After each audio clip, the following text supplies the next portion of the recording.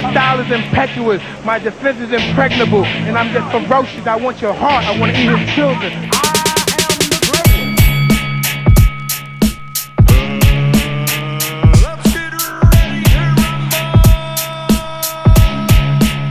But it ain't about how hard you hit.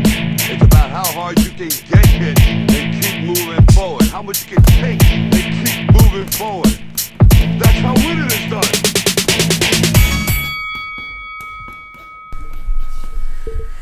Hi, it's Michael here. This is Beyond the Ropes. I'm joined today by David and Dwight. We're missing Sean today, but we've got an excellent replacement. We've got Jez Smith, boxing out of Harrow, the local boy. And welcome to the show. How are we, guys? Good. Cool, man. Yeah, Dave's not even looking at us, so that's fine. Yeah, I'm doing my usual. He's doing his usual. Dave's got a sore throat today, so he's going to try and sound like Barry White. Yeah. And right, but there's only one place to start, and that is it's the Anthony Joshua card. Now, I said it in last week's show. I wasn't going to watch it. I didn't watch it. I've got zero interest in it. Mm-hmm. So I'm going to hand over to Dwight because I know that Dwight watched it.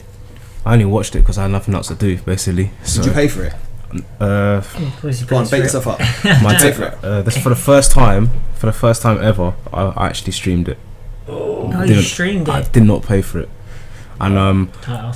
call it what you want, boys. I refuse to pay for that. I thought to myself, I'd rather buy myself a bottle of rum instead, you know. All that money for the 20 quid. Yeah, for my 20 quid, mate. I'd rather pay for a bottle of rum. Now, I just didn't think the card was worth 20 quid. No. Like Joshua, okay, himself, pay-per-view fighter, but was that card worth 20 quid? I just didn't think so. And especially the late replacement. And I just did not think that was worth 20 quid. So I just didn't pay for it. I just streamed it. I'm glad I did. I suppose you got to look at it though in two different views of people. Like, people are still paying for it. Yeah. In my Anthony Joshua is a pay-per-view fighter without a doubt. With the late replacement, they're not going to change things like that though, are they? So I think, you know, if he was fighting Pulev, is it Pulev? Yeah. Then you know it's definitely a fight. It's definitely worth pay-per-view, but with the late replacement, they're not gonna change that. And people, you know, maybe not like yourself, but other people still pay the money. So yeah, I just the rest of the card as well. Normally you expect to get like a half decent card as well, but it just didn't materialise for me. I think it killed it because all the blowouts. Yeah, it was like was it four of the 6 fights had replacements, didn't they? Yeah. For a fighter, you train however many weeks you do your camp. Let's say a week before the fight, someone goes, right, the guy you're fighting is not in it. How badly does that affect you? I suppose you just got to adjust. You know, an experienced fighter like, you know, Joshua, I think Frank Buglioni had a replacement. As being with their experience, you just to adjust to it and just focus on what you got to do when you get in there and get the job done. And that's what Anthony Joshua done. That's what Frank Buglioni done. You know, you know, I know they're focusing on, you know, game plans for that opponent, but a good fighter can adjust to that straight away and get in there, get the job done. Yeah. When you like, I don't know how I don't know what it goes on beforehand or after, but say you've got your next fight and there's a possibility he might pull out for whatever reason.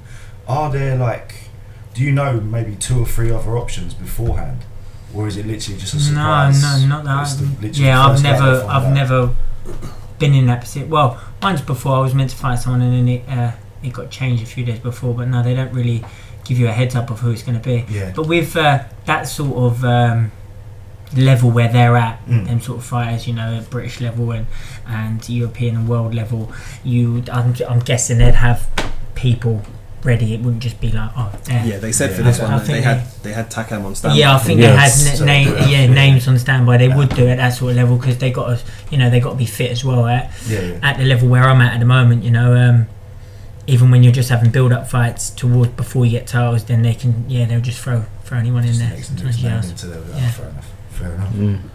That's good to know though. I never ever thought right, he's pulled out. They just picked up the nearest phone call and gone, yeah, do you fancy it? Like, There must be some at that. There's sort got to of be level something at in some place, point. like- I mean, you mentioned Frank Buglioni. It was quite interesting with that one. I think there was a late pull-out, and then the selection And people of wanted opponent. And Yard. you had Jose Burton saying, Burton. "Could have called me." Yeah, yeah. Yard saying, "You could have called me."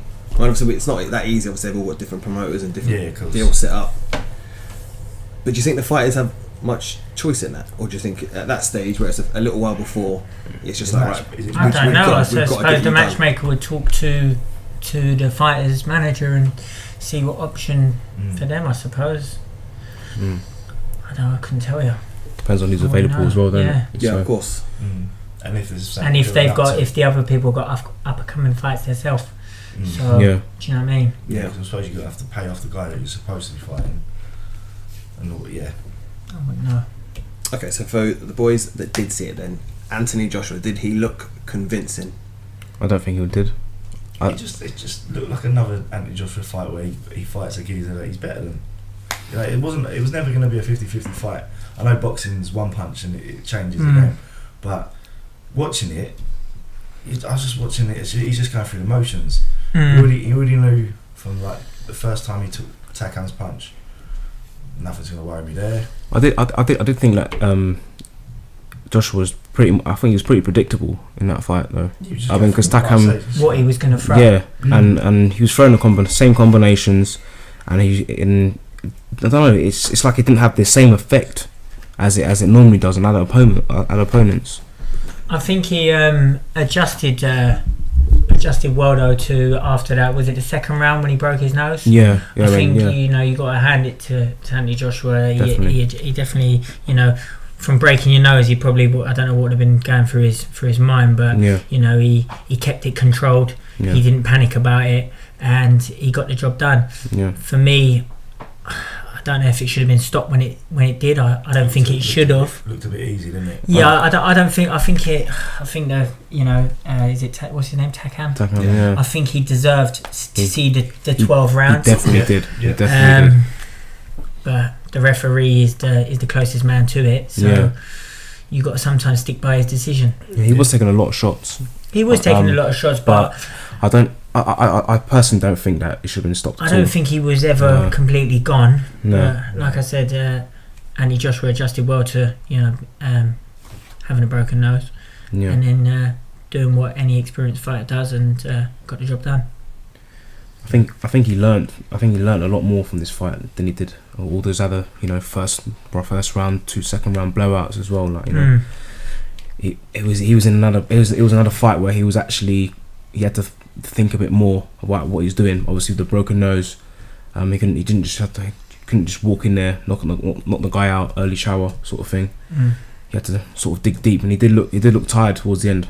Yeah, I thought he think was, even in that mid fight, he looked like he was at times blowing a little bit in the middle rounds. But his second win clearly kicked in at between 8, 9, 10, and when the referee stopped the fight. Yeah. As a fighter, because we've heard lots of people talk about, and us as fans, we speak about the second win quite a lot. I remember back in the Hay Value fight, people kept on banging on about people having a second win. Is that a genuine thing that you feel as a fighter, you become aware of, you kind of have a bit of a breather, and then you know that you're going to get I just think you just get a kick into that second wind. You get if you're getting that little bit tired out of getting out of that first gear, when you kick it in and pick the pace up a little bit, you kick into second wind a little bit. I suppose that comes from what you put in the gym. Yeah. The rounds you put in, the more rounds you put in sparring, with your burst of your sprints and your running and things like that, obviously helps. See, this is the insight that we don't get. Yeah.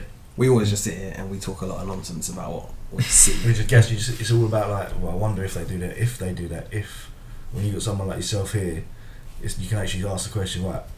What helps when you're gassing? What doesn't? What do you do when you're training for 8 to 10 weeks or whatever, 12 weeks? What helps in the later rounds? But yeah, it's good. It's good insight. So obviously there wasn't just Anthony Joshua on the card. We had Katie Taylor pick up her first world title, but I think that was quite, I don't want to say obvious, because you have to earn it, and she's done well to get to where she is. Yep. Yeah. But I think we all expected it. Yeah, we were expecting her to win that. So Jez, I was saying to the boys last week, I put on an accumulator on the 7 fights, and I put £10 on because I had it in my account, and it was £14 back for all the matchroom fighters to win. Great odds. Yeah, it was good. And that was with stoppages as well. Yeah, that was It with wasn't stoppages. just to win. That And was I'm guessing you won. no, I didn't. And do you know why? Because For what? For 4? So you was winning £4. yeah, I just because I had some money left over from my football one. I just thought, you know what, I stick it on this match, and I see easy money sort of thing. And it didn't come out. I was pretty fuming in the end, to be honest with you. But one of the guys who does a New Age boxing podcast, Martin, he tweeted out on the morning, and he said, if you want to get the pay-per-view for free, then you have to put £20,000 on a Coley to win. I see that. I see that. Because he was 1 to 1,000 to win. Yeah, I see that. And then you get the thingy, the pay-per-view free. So you've only I got to don't risk think 20 anyone's going to be grand. putting £20,000 on, even though it was a dead cert. It doesn't matter. You're still squeaky bum time, wouldn't it be? Yeah. that was the only way you were going to make that fight exciting, let's be honest. wow. And that's by betting your house on it. You literally bet. We had Dillian White, Hellenius. Yeah. I feel it probably went as expected again. They're really building the Not Dillian White now. not in the first 3 rounds. I think it Well, looked like he was gonna get knocked out. So I only looked at the results. He looked like he was gonna get knocked out. It finished exactly as I expected it. So you can tell me more about the actual No, fight well, itself. first couple of rounds, he was getting caught. He was getting outboxed. I thought he was gonna get knocked out. He got wobbled a couple of times. But he done what he had to do and came back. Fair play to him. You know. But I mean, it's well known I'm not a big fan of Dillian White, but that's because he blocked us on Twitter for no reason. So listen, I'm petty. I don't care. Did you tweet him anything? No, do you know what we did, right? And You I found must have out tweeted recently something. how we got banned. And it's if you message him or if you tweet him and you ask him why he hasn't updated his bio because it still says 17-0 or 19-0. Did you ask him why He he just ain't blocked you straight updated away. it? Yeah. And he blocked you. I think, in fact, I don't even know if it was us that asked it. I think we were just in a conversation where someone asked it, and he probably just blocked everybody. Group block. Yeah. There you go. And it's just like, all right, you're all gone. But he said in an IFO interview that anybody who asks that, he blocks them. I don't follow him on Twitter, so I You're not don't missing know much. if he's not missing much, blocked mate. me or not. Are you a fan of Dylan? Of Dillian White, I don't really watch much of him, to be fair. I watched a fight of him versus Anthony Joshua. I thought he was doing alright up till when he got knocked out. I can't really comment on the other day because I didn't watch it. I like where Dillian's come from, fighting on the small show and now built himself up to being on the matchroom shows and doing really well for himself. So I hope he does well in his career. I believe he can. I believe he can achieve more than where he's at the moment. I don't know if he's ready for world title level yet, but I wish him all the best with it. See, it's interesting what I find with him. So since he fought Joshua and that being his kind of high point, he's still dining out on the fact that he buzzed him. Like He buzzed him on early on, wasn't Yeah, he? in the He first or buzzed second round or something like that. Yeah. But so he's obviously he's still that's still the thing. It's like he nearly got Joshua, and Yeah, the closest one But to it. Well, I do find with their careers now, Mm. obviously Joshua's in terms of everything about Andy Joshua has progressed and moved upwards and onwards. And I'm not trying to be harsh. I don't see Dillian White being any better now than he was 2 years ago. I still think Joshua's probably the best person he's fought. Yeah, without a doubt. I think his training's gone a hell of a lot better. Well, he's definitely more professional now. Yeah. But I think he said that himself. He has someone that sorts out his food and his diet. It's fully. I think Matchroom probably give you that. They've got all the bells and whistles, man. They're probably not messing around, and there's a lot of money to be had if he gets a big fight. So they're looking after him, and obviously I think they're. What did he win the other day? WEC silver. Yeah. And what does that put him on? That puts him in the mandatory position. Mandatory for Wilder, Wilder. yeah. But does it straight away even win that belt put you in the mandatory position, or does it? Because Puts you in a lot of people win the WBC silver, they Yeah. don't get straight away get a No. world title shot straight after. No. So No, I think there's so much to it. You know, He's in the mandatory position, but look how whether many he, mandatories people like, even the eliminators. You get fighters that do even at British levels, like they're fighting for a British eliminator, and then they win the British eliminator, and then they don't get their British title shot straight away, and then there's like, well, there's another eliminator, and it's like, how many eliminators are there? Yeah. And I'm a fighter, and I should probably know most of this, but No, it's but like, it's true. how many eliminators is there for? But You know see what I mean? You see Yeah. the politics involved, even just that's sort of like the level we're at in like boxing media. You see that people get progressed certain places. Like take for example the Tyson Fury situation. How long was he waiting, or still waiting, for his case to be heard? I see the other day he's got it. He's gonna get his license. Yeah, they said they've or- given him a green light to fight in 2018, which is great news. It's great for British boxing. Yeah. We Massively. need him Massively. back. Yeah. You know, Definitely. But I mean, we said it before. Like he's been waiting nearly 2 years Yeah. to even get a hearing. Yeah. And That's there's a long other time to go on fighters- hold. This is what Yeah. we said. You've got people. This is not a secret. You people like Lucas Brown, is it Chagiev or someone like that, and they've had bans. Yeah. Mhm. They've been Come caught. back. They've been suspended. They've done their suspension. They've come back. And then Tyson got hasn't caught even again. had his hearing yet. Yeah. If that was Anthony Joshua, Yeah. Oh, that would have been done in a week. Exactly. Well, Two yeah, weeks, 3 weeks. He'd have been sitting sorting out suspension. This is not me saying that he's. Well, taking drugs to fight. hopefully, hopefully he gets his license back in 2018, and then we see a mega fight we need between Tyson him back. and I think. Anthony Joshua. Do you think? That would Do you be think the one. after his layoff that Tyson should go straight in for a big fight? No, or- I'd or- like to see him fight, have like a warm-up fight or something first before moving straight in for titles, just to see, get a bit of ring rust off. Yeah. Because there's Yeah. definitely going to be. There's some- going to be gonna be ring a rust lot, there yeah. for him. And he's ballooned as well. Like Yeah. he's a big boy now. Oh, he is, yeah. So that's But gonna be- he, that's But to be he's fair going to to him, he doesn't mess about when it comes to training. Like, for he's going to fights. be working As in hard in yeah. the gym now to get that weight off, and Yeah. he's dedicated enough to get it off, and it'd be good to see him back in the ring. And Peter Fury's always said that whenever Tyson comes into camp, the first 4 or 5 weeks are always shifting 3 or 4 stone off him straight away. So Yeah. I don't think it's going to be anything that they're not expecting. Obviously, they're with Tyson every day. They're going to know what condition he's in. It's not going to be a surprise when he turns up at camp on day one. Yeah. It's like, Tyson, you're 25 stone. What's going on here? They know exactly what's happening with him. But I mean, us as fans. Sean, who's not here today, he was the original Fury fan out of all of us, Yeah. and I was not a fan. But I started off as a very big David Price fan because of Dwight. Dwight got me onto Price, and I as a when you get 2 big fighters at a point when they were kind of both at British level, Pick one or the you other. kind of have one or the other. Yeah. One that you really like, one that and Tyson. He makes his return soon, didn't he, David Yeah, Price? he's on. He's at Brentwood. MTK Global shows Yeah. it. Good to Something- see him back, Yeah. seeing what he can do. Yeah. He's hopefully. another. I really like to see him, and I want to see him do well. There's the talk of people always say, "Oh, he needs to retire because he gets knocked out." They say Yeah. he's chinny, don't they? So. But I feel it's But unfair. I'm not being rude yet.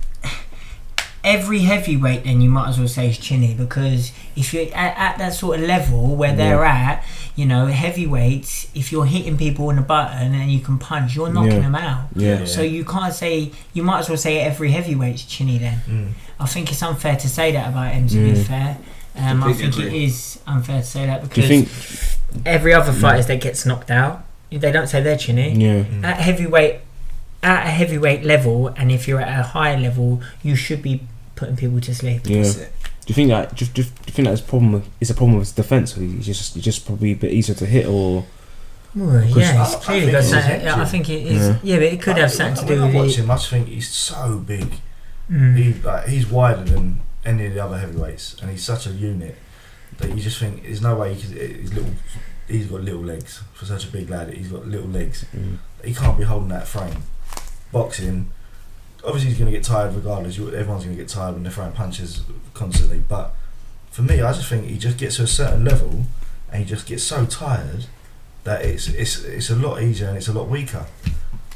And Then you get hit, and it's. then that's it. Yeah, it's good enough. The resistance has gone quite early with him, which is the downside. But like you said, at heavyweight, he's always going to challenge because he can hit. he can hit. That's the Of thing. Of course he can hit. And even when he's knocking out people, Yeah. they're not saying everyone else is chinny. Just because No. he got knocked out by Thompson, didn't he? And then he got knocked out by Thompson again, and they were saying he's chinny. And then he obviously had, was it a European title fight or something like that, or Yeah. he a had couple of another big setbacks, fight and then got knocked out. And you can't just say a heavyweight's chinny because they get knocked out. Yeah. I think, like I said, at that sort of level, at any level, even then from the beginning of the level, if you heavyweights that are big punch hard, Yeah. and if you're getting hit by a heavyweight, even if you're a heavyweight, you're gonna and you're getting hit clean, you're gonna get put to sleep. Yeah. And if you're not, then you're clearly not a heavyweight. I think you got to carry power as a heavyweight. If you're at that sort of, if you're a heavyweight and you're not putting people to sleep, then there's something wrong in my eyes. Yeah, it's a fair point. It's a fair point, man. We've long said it. I mean, I'm trying to think of an example where we've got certain heavyweights. It's like I'm a fan of Derek Chisora, but I don't see him as a person that really knocks people out. Yeah. More of an accumulation, isn't it? He gets stoppages, but he wears you down. You can see at that sort of level though, where at British level and them sort of fighters that are not knocking people out, and heavyweights that are world level that are hitting people and putting them to sleep, like your Joshuas and your Wilders and people like that. I know Tyson Fury ain't a massive knockout person, he boxes well, but he's a different sort of fighter, I suppose, to sort of Joshua that sits on his feet and sinks them shots in, and Joshua and Tyson Fury's more of a boxer, just frustrate you and things like that, and then when he wears you down he will knock you out. He's still got it in the locker, so I just think he's one of them fighters that just frustrates you. But like I said, between them sort of levels where you got Derek Chisora and even Dillian White and people like that, they're not at that sort of level where they're knocking people out consistently compared to your Wilders. And I think at them sort of levels, at world level, you've got to be putting people to sleep. And they're the things. And that shows the big difference. Yeah, I mean, I was going to say the level difference between British and world. I mean, we've been quite blessed because the British heavyweights for a while have been very, very good. Yeah. But I think now we're seeing that gap kind of establish itself again, where the British levels are very set. So we've got it's hard, but I would say your Whites, Chisoras, and even now people like your Joe Joyces and stuff like that. Yeah. So Joe Joyce, let's be honest, his next fight is probably going to be on the Hay undercard I think they're aiming for the British title, and that's in his second fight. It's a big step. Is he ready for it? We'll see. Did you see his debut fight? I see his debut fight. To be honest with you, I switched it on at about round 4, and I switched it off at the start of round 5. If I'm totally honest with you, I wasn't interested in it. I didn't see anything special in it. Don't get me wrong, for a debut against Lewison, wasn't it? Yeah. That's a big. It's a bit of a step, I suppose, for to be in against someone like him. So he's not. But to say that he's British level next fight, Yeah. it's a bit of an arse, isn't it? I don't think he. I think if he was gonna, the way they talk about him, he should have probably got rid of Lewison a lot quicker than what he did. If they're talking about British title next, then Lewison's only Southern area level, isn't he? Yeah. I wouldn't say he was British level. No. He never went British title, he's Southern area. No, he didn't. Yeah, because he fought. White was for the British title. I know he was Southern area, so and he's WBO Asian Pacific champion. I don't even know what that belt is. Yeah. It's a nice looking belt, to be fair. When I saw it, I was like, yes. Yeah. When you put it on as well, weighed my arms down a bit, to be fair, but it is for the heavyweights. So it's a big belt. It's a big one. You said a few minutes ago about ring rust. I mean, obviously, you're going to be back in the ring soon. Back in the ring, November 25th. Where's that going to be? Come on, plug You'll it. call Bethnal Green, Steve Goodwin show. Got a 6-rounder. Just because I've been out the ring since March. I want to start getting active again now. Get back in the ring, get some rust off on November 25th, and then after this one kick on. I want some titles. I want to fight some prospects. I'm gonna have to. I believe I'll have to take a step and take a risk. That's a risk I'm willing to take.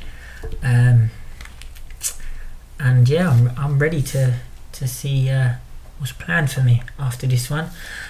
Southern area, even pick up a Southern area title. I think I'm past Southern area. I think I'll win a Southern area. I think I'm better than Southern area title level at the moment, but that's the way you got to do it. So let's. I think it's trap season now.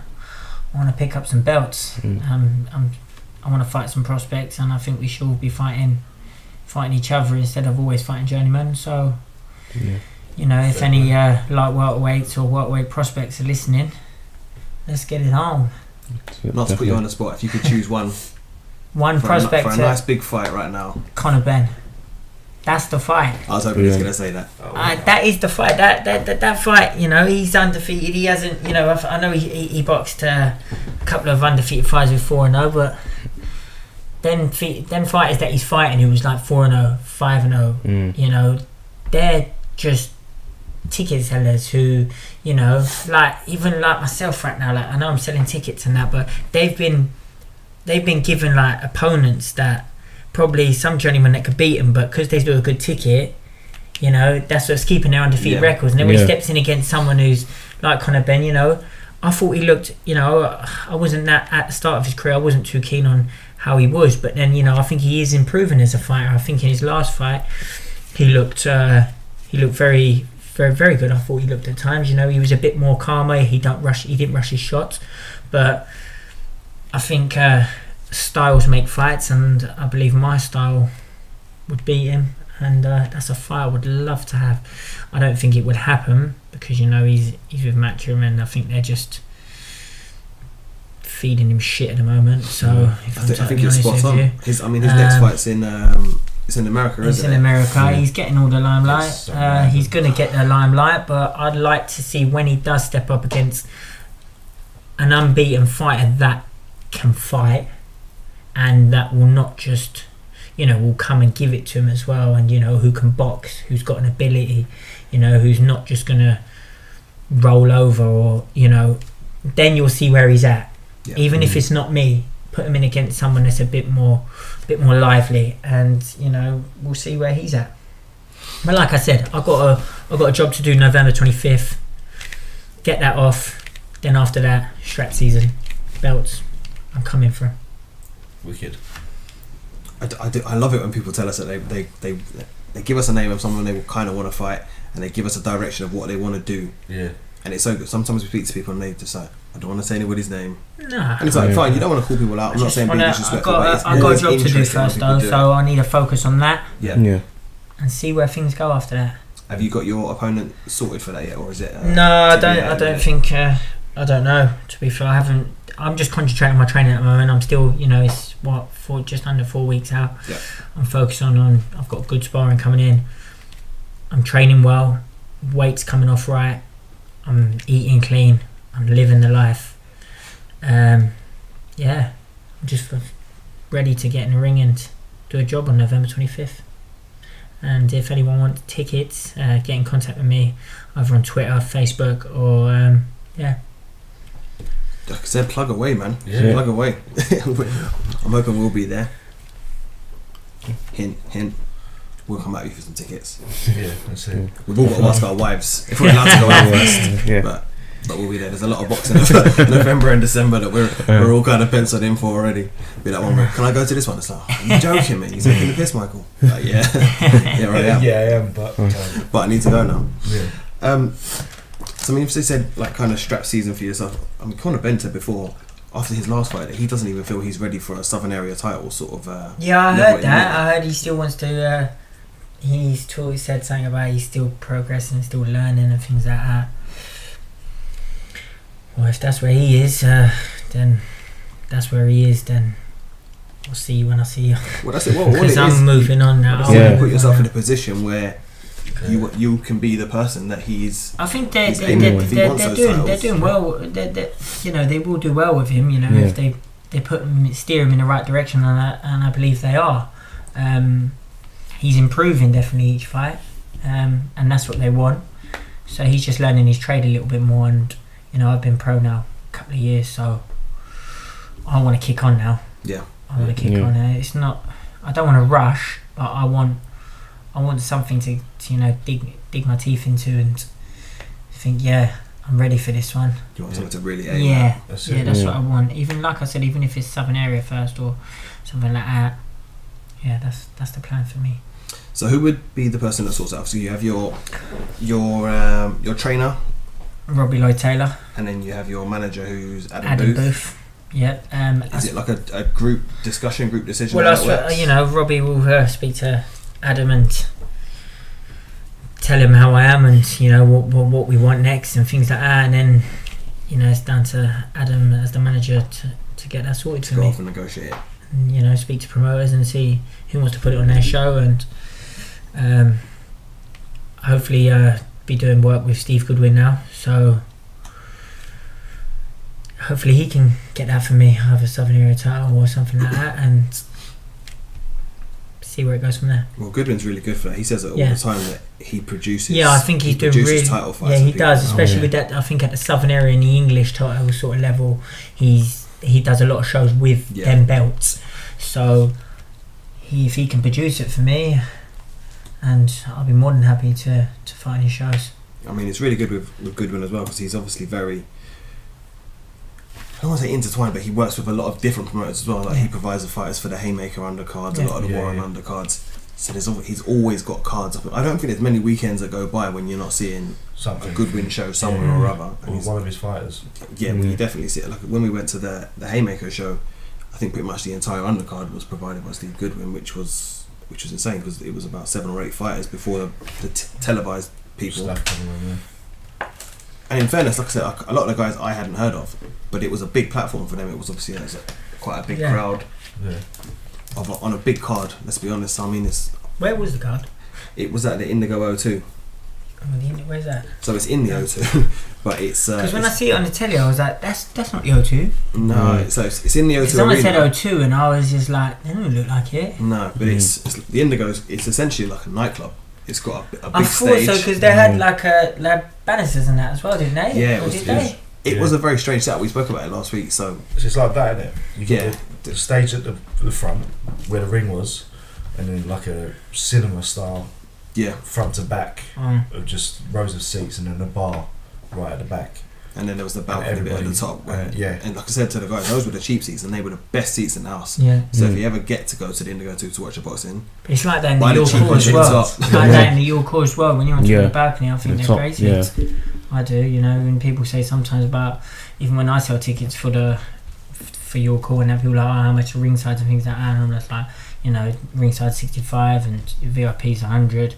When you get one 2 seats from the ring. But I say to a lot of the people that buy tickets, I said you're better off just buying £40 tickets, because you get a better view from the £40 tickets when you're on the balcony. You know, or even if you're not on the balcony, your view either way in the York Hall is I wouldn't be paying the extra to go as close as people do, because it's the same sort of view, isn't it? Sometimes with even with your call, like if you're too close, you're looking up at the ring. Yeah, it's better to be slightly elevated.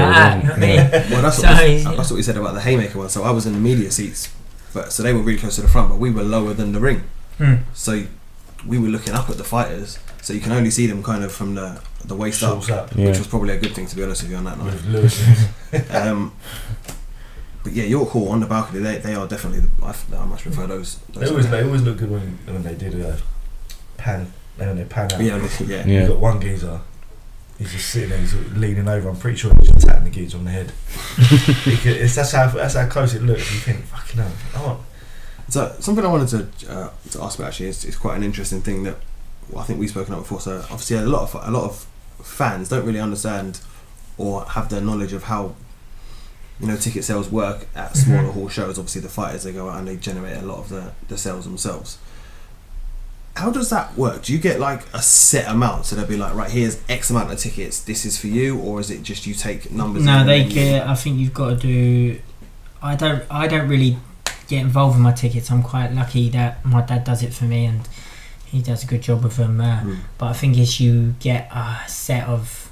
I think it's like you got to sell 100. I think so for this one. I think it was like 107 tickets minimum, and that sets you out of the money that's earned from that. I'm not going to get into the figures. I don't know. But I think that you pay for the opponent, the house, and then the rest for you. And then after the 107, if I'm right, I might be wrong, but I think you get 50% of every ticket. So if you, after the 107, say you do another 50, you get every ticket you sell, you get 50% off. So you give 50% to the promoter, 50% yourself. So if they're a £40 ticket, you get 20 quid out of it. Yeah. So because it's one of those. It's a hard job selling tickets. Well, this is for any fighter. You know, you gotta.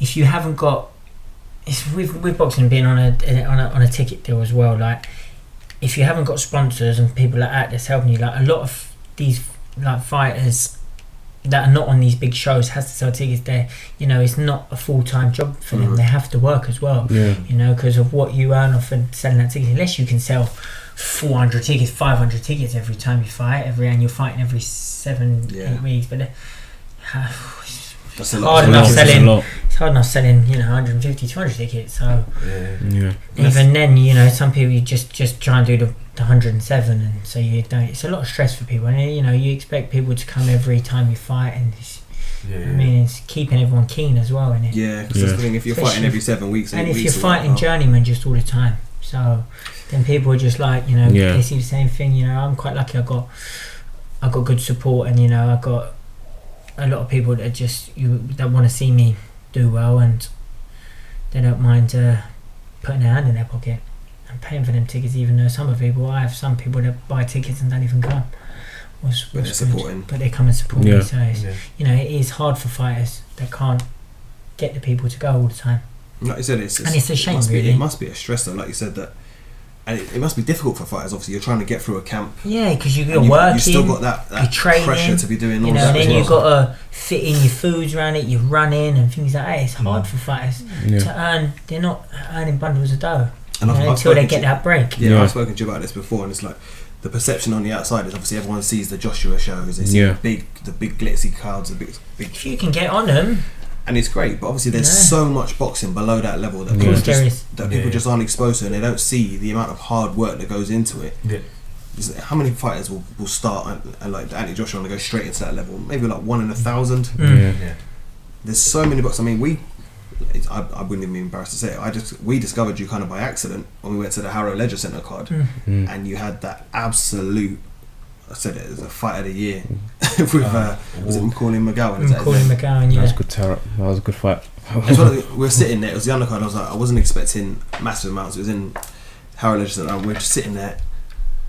Like first round came around, I was like, okay, this is heating up a bit, Dwight. The second round, I was like, Jesus, this is an absolute terror. And then we came out and we were like, well, that was easily the best fight of the night. Yeah. And I was gutted because he moved up to middleweight, didn't he? That was at light middleweight. That was actually at just below light. It was between welter and light middle. I think it was at 10-10. I was definitely gutted that the rematch didn't happen. On the night of the fight, I thought I'd done enough when I was in there to win it. Watched it back, very close. Being in Harrow as well. Maybe some people might go, oh, he got the stroke of luck and got the draw out of it. Either way, draw, win, lose, whatever, that fight should have definitely been one for the fans to be seen again. Definitely. And I think it was definitely worthy of English title, Southern Area title. Well, it couldn't be Southern Area title because he's from Manchester, so we'll find English a title that we can scrap. Well, We'll find a title. But what I mean, like, if he was definitely worthy of a title. Definitely English title, I thought. Tried to get the rematch. Spoke to Adam because after that fight I switched management from who I was with to Adam, and I spoke to Adam about getting a rematch. Spoke to Andy Alien. They said about it will happen, this, that and the other. Was waiting for it, and nothing really come of it. I said numerous times about on interviews with I from London. I think I might have mentioned it to you before about that rematch. Wanted to get it on, didn't happen. And now we're back to where we are, and I've got to kind of build something again and try and get another fight like that people can captures the imagination. Yeah, definitely. Because that's absolutely what it was. Like I said, people came away from that.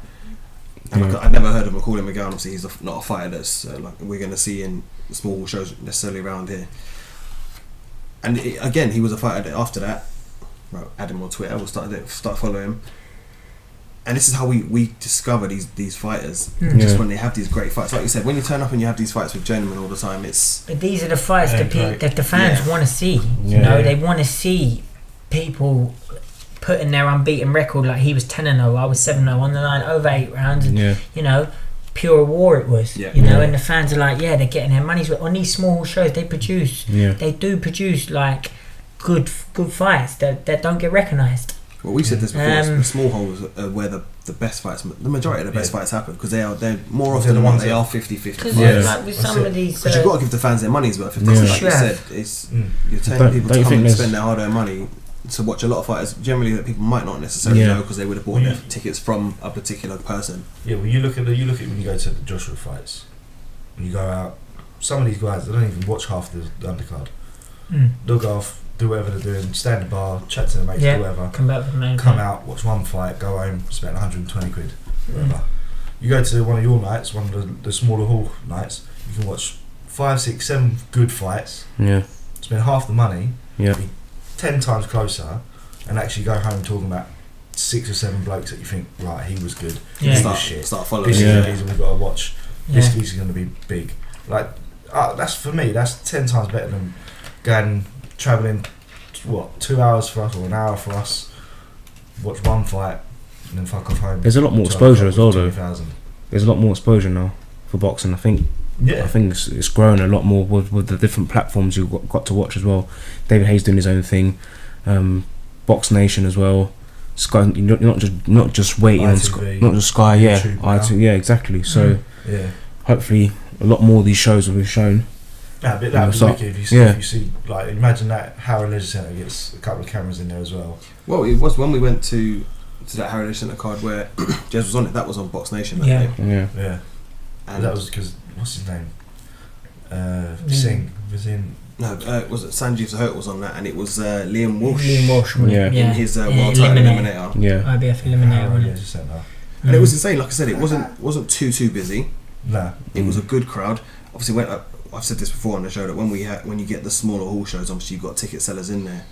You do get the sort of thing where that their fight's happening, everybody's very vocal, and I think it was the Sanjeev Sahota fight that I noticed it the most when he was fighting. His crowd was so loud, but then as soon as his fight finished, they left. They were straight on the coach, and they were out of there.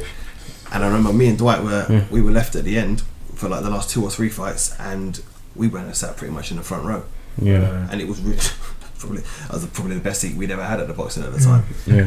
But like Dwight said, it's great that there's so many different platforms now that we can see these sort of fights. So there's obviously a lot more opportunities for people to be seen, like yourself. So we'll look forward to that.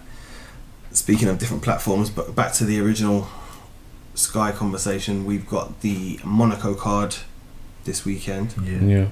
I think Sky are also showing the Wilder Stavern fight later on in the night, so it'll be a long night of boxing. Mate, I'm not even that bothered about this one. Quigg for me and Chisora, McDonald. Other than that, I don't know why they're going over to Monaco to fight. They've definitely got a deal over there because they've done a few fights over there. Since Murray had Golovkin over there, wasn't it? They've then started a few more fights, but I bet it's a tax thing. Come on, Eddie's a genius, man. Not fighting Monaco for no reason. Alright. And then you got Wilder on, but Sean Porter makes his comeback. Is it a comeback? He hasn't been in the ring for a long time. He's been, Well, he fights. Should he win? He should win, shouldn't he? Yeah, you would hope so. Ronaldos, not that I've never heard of him, but don't follow him too well. Nah. It's because David is the world's biggest Kell Brook fan, so he doesn't really follow anyone else, and he definitely doesn't like Kell Brook. Yeah. He loves a bit of Kell Brook. I can't say anything. When does he make his return? That's the big question. Or does he? This look take the piss, but that's the does thing. he? Or does he? Like he can both of his eyes, Bowman one, and then another one, that's going to play a massive thing in his career. Apart from your hands, as a boxer, you need to be able. Even when he's in there, when he does come back, he's going to have that in his mind. Yeah. Mental thing. I said that before the thing. That's the big question. So that's a good point actually. Have you yourself ever had a major injury that you think, whether it be your wrists, your knuckles, your bones in your fingers, shoulders, that you've ever had to have had a long time out, come back and thought, am I going to be the same? I'm quite lucky, to be fair, touch wood. Touch wood. I haven't had an injury like anything major yet in my Good. in my career. I'm hoping that you ain't jinxed me now. No, I'm gonna go to training next week and do something bad. I'm gonna go. Oh God. Never going on that. Yeah, I'm never going on that again. Don't talk to me, lads. No, I'm lucky. I've never had an injury problem at all, really. No, you know, sometimes my hands get sore and things like that, but that's natural for any fighter. You know, they bruise up and things like that, especially when you're punching constantly. But no, nothing like that. But it's probably difficult for any fighter like that has that in the back of their mind with any sort of injury, like you were saying about with his eyes. Like I was saying, that's going to be massively on the back of his mind when he does, if he comes back. You know, it'd be good to see him back in the ring. Yeah, because I definitely think he's a very good fighter, and I think he's definitely at world level. Yeah, and it'd be good to see him back in there. So, a question for yourself again, actually, right? So, speaking of the McDonald brothers, I don't even know which one's fighting. Is it Jamie? Yeah, Solis as well. So as the fighter, he's fighting. Sorry, they're twins, and you've got two. They're both quality operators, and I can't remember which one it is. I think it's Gavin, who is completely devoted. Like, he loves boxing, lives it, watches it, does it, reads it, and then you've got Jamie, who's just very good at it, but doesn't actually. Like you said about yourself, doesn't really follow it that much, doesn't watch it at home, doesn't really keep an eye on anyone else. Is it obviously you're not a massive follower? I don't really follow it that much, to be fair. It's quite bad, really. I should be watching it a lot more than what I do, but I don't know. I think because I do it all the time, I suppose. You know, I'm training all the time, I'm fighting all the time, and boxing's always there in the days when I'm training or whatever. I think the last thing I want to do, and I do get time to chill in the evening, is sit and watch boxing. For some fighters, people that doesn't mean like I don't live the boxing and breathe boxing and think about boxing all the time, because I do. I'm dedicated to it, and I want to achieve in my career, but that doesn't mean I have to watch boxing all the time. When you get the big fights, and I'm interested in watching them. Like, you got the Lemachenko and Rigondeaux fight coming up. I cannot wait for that fight. That's such a massive night of boxing as well. That will be a fight I will definitely be watching. I'm looking forward to Billy Joe versus Lemieux. Looking forward to that fight. You got the return of James DeGale. I'm a big fan of. I really like James DeGale. I think he's a class act. So that's another one to look forward to. Definitely. But you got obviously Smith and Williams, November 11th. That's going to be an exciting fight. But I don't like some fights on some shows. Like, I don't even know that they're on sometimes. Like, you're talking about that Monte Carlo. Is it Monte Carlo show? And I didn't even really know what was going on with it, to be fair, until you obviously started talking about it. I knew it was happening, but I didn't know really who was on it, what was topping it and things like that. I wasn't too keen on it. But I think you get that with sportsmen of pretty much every sport, really. You hear a lot of the footballers that they obviously play, they train 2-3 hours a day, they have their match at the end of a week or 2 or 3 times a week, and then they just completely come away from the sport. You need downtime, don't you? You can't just... Well, that's it. It's safe for it. I suppose finding that balance. I don't go home and then carry on doing electrics. You don't come home. I keep doing spreadsheets. I do. You know what I mean? You do. Well, I'm not gonna spend. As soon as I'm finished, I'm done. That's it. Head switched off. I just want to chill, relax, do anything. So if it's what you're doing 24/7, I imagine you burn out quite quickly as well. There's only so much as well, especially if you're doing it. So you're having like your early starts. You'll train maybe 2-3 times a day. I don't know what the get up is, but after doing that, I want to switch off and just long in front of the TV for a little while. So you have to switch back on the next day, and you start training again. That's it. Last thing I want to be doing is sitting down and constantly watching boxing all the time. I enjoy watching, like I said, them bigger fights and learning and watching them fights, but I don't always watch undercards and things like that. I know a lot of fighters talk about when they study it and things like that. I do all my studying, my learning and that in the gym, and when I do watch them, I suppose it's opinions and that, because some people say, even trainers say about watching the old fights and things like that and all that. I just don't always interest me. I've got life as well. As well as boxing. And it's even sometimes when not just talking about boxing, watching it and that, but it's even sometimes your lifestyle of after your fights. Sometimes your people that you see out and your mates and that, say you might go out after your fights and you go out with your pals and you have a drink. Thingy, some people look at you differently and think, oh, you shouldn't be doing this, you shouldn't be doing that. I'm still a human being. I still got to live my life a little bit. I still want to go out with my pals sometimes after my fight and have a pint with them and go out for something to eat and eat something. Not eat the a Domino's pizza or things like that. I don't want people looking at me sometimes and going like, you shouldn't be doing this, you shouldn't be doing that. As long as I'm not doing it when I'm in camp, then that's it. Does it matter? When you've got your boxing head up, people look at you differently sometimes, and that I don't know. Yeah. When you're in your camps and you're training, that's when you're doing it. When you're not, then it's not anyone else's problem. It's just what you want to do. Then I completely, 100% agree with that. But I think it's just as, and like you said, you absolutely need that space. The problem is that us as fans now, we're so involved with boxers. So like we see them 24/7, TV, radio, Twitter. Everybody's so involved all the time. You actually feel like they owe you something. I think it's probably what it is. Because you dedicate a lot of time, a lot of money to following boxers around. And I can see how people get sucked into that. But we do lose sight of the fact that they are guys that you need to live the same as we do. Like, our downtime is us going and watching boxing. You've just done 12 weeks of doing that. to do that, to get to us having that one night. So I can completely understand how you end up in that situation, and it must be quite frustrating. Like I said, if you're out and you're just having a bit of downtime yourself, to try and have to live with everyone's expectations all the time as well. Exactly. So that would do my head in. I wouldn't like it. Nah, not in the slightest. So I mean, I think you were at the. I think I saw it on your Snapchat. You were at the Groves fight, were you?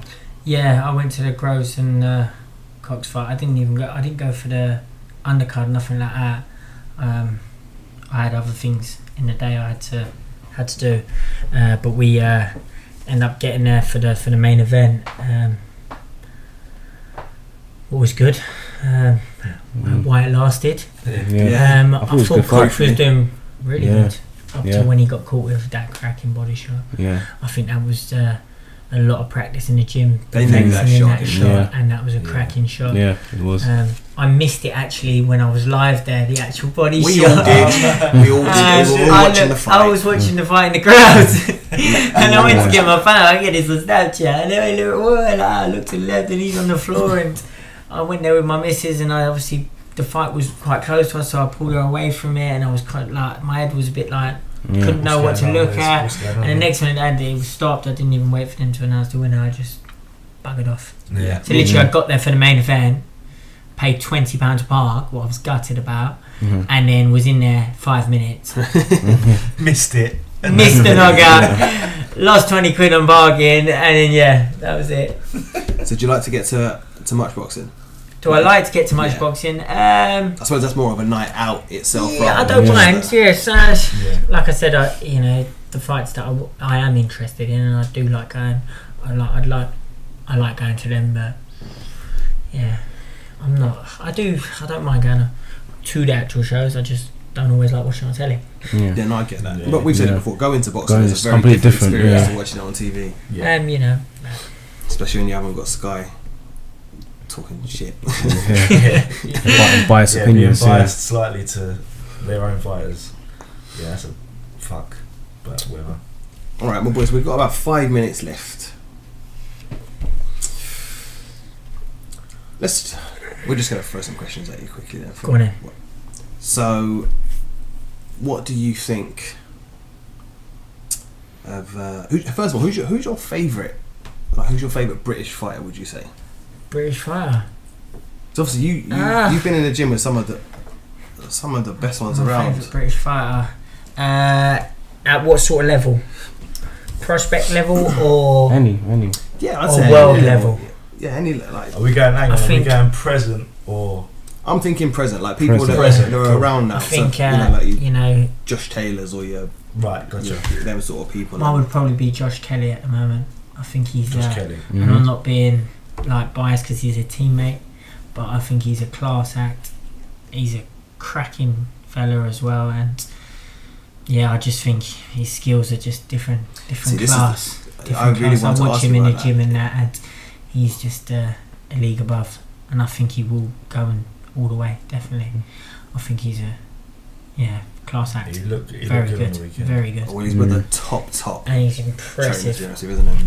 He's impressive in what he does with everything. You know, he trains hard, and then you just watch him when he fights, and he looks very good. Does he naturally train with his hands down? Like, I know the way he fights. I suppose that's just confidence, isn't it? Like, Yeah. Do you think his that will change? ability is there. Yeah, he's there. Yeah. Without that, he's got so much confidence of just moving his head and Yeah. moving his feet, and Yeah. the things he does in the ring, he does them in sparring as well. Yeah, like he's different gravy. Do you think that will change with the level of opponent? I would say. I don't know what's going through his head when he's doing all that. He's more confident. So if he's confident on doing that, and when he moves up and thingy, then why not? Yeah. And he looks good at doing it. It's exciting to watch from the absolutely. Everyone's excited. And, that's what you want. You want a bit of character, don't you? Cool. So, That's it. You want to see something different, and no other fighters. Well, for me, no other fighters doing what he's doing. You've got that bit of So swag about him as well. Yeah, you straight away he's an eye catching. Like Definitely. Oh, well, what's this fella? But yeah, no, fair play. You can see he's going to be good, but it's it's good because obviously you train with him and everything. But wicked, man. When you were just saying a minute ago, obviously not to be biased about a teammate, but let's be honest, your teammates are pretty decent. To be fair, Yeah, they are. so pretty decent. You know, that's obviously Adam's side, and you got now I'm working with Robbie Lloyd Taylor. He's got a couple coming through that hopefully will do well. Who's just got their licenses, and we'll see if they get on the platform a little bit. But obviously on Adam Booth's side, you got Lucian Reed, you got Charlie Edwards, Brian Burnett, Josh Kelly, you got Andy Lee and that. So But you can just rattle off a load and make I know. yeah, you could just keep ridiculous, coming isn't it? in. Yeah, they do. So in terms of obviously that's your kind of managerial side. Yeah. Do you have much interaction with those guys as well then? Well, obviously I was training over there with Adam and Yeah. that, but now, you know, I'm back on small hall shows at the moment. I've had to go back to work, so now I've gone back to work. Adam's over at Adam's gym. They all train at 11 o'clock in the morning, or in the daytime. So it's hard for me to get over there. You know, I still got to earn a living. But hopefully, touch wood, I get myself after this fight. I'll get myself into a position where I get a good fight, you know, and pick up a few titles, and then hopefully I can get myself back over there, training with all the boys during the day, and I won't have to work. But I've got to get myself in that position first. So at the moment, I'm just taking the rough with the smooth and just kind of going with it, and hopefully get back over there with the lads. I think that's a nice place to wind it there, to be honest with you.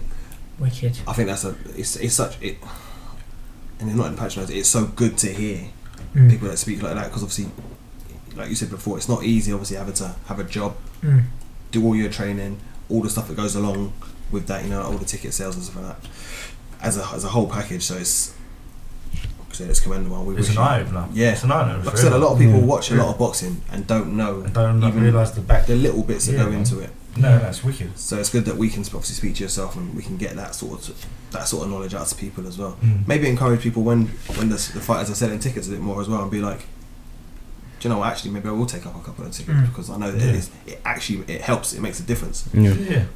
So I'm glad that we can try and relay that onto some more people, and thank you very much for joining us today. Thank you for having me. It's been appreciate it. It's been a good insight into it again. Wicked. Wasn't as bad as you thought. You were able to talk. No, it was alright. I enjoyed it very much so. A lot easier. No cameras. Hopefully, chilling. In fairness, after the fight, November 25th, maybe I can come back on it. Oh, we'd love to have you back. Yes, defo. Do it again. we're building up like a catalogue of people now, so we're definitely gonna get you Wicked. back. Yeah. All right then, boys. Well, we'll wrap up there then. Dave, have you got a message for Sean? Try and keep it clean. You're a cuck. I was gonna say, do you know what, we got to the hour mark and no one had sworn, so we didn't have to put the E on iTunes, but now we do Yeah, sorry. because it's explicit now because David's Oh God. David's ruined it right at the end. And the deal is that we don't edit the show; we just put it out as it is. Is what it is, isn't it? It is what it is. Well, thanks very much for joining us today, Wicked. and best of luck on the 25th, and we'll catch up with you again soon. Thank you very much. Cheers, lads. Bye. My style is impetuous, my defense is impregnable, and I'm just ferocious. I want your heart, I want to eat his children. Let's get ready to rumble.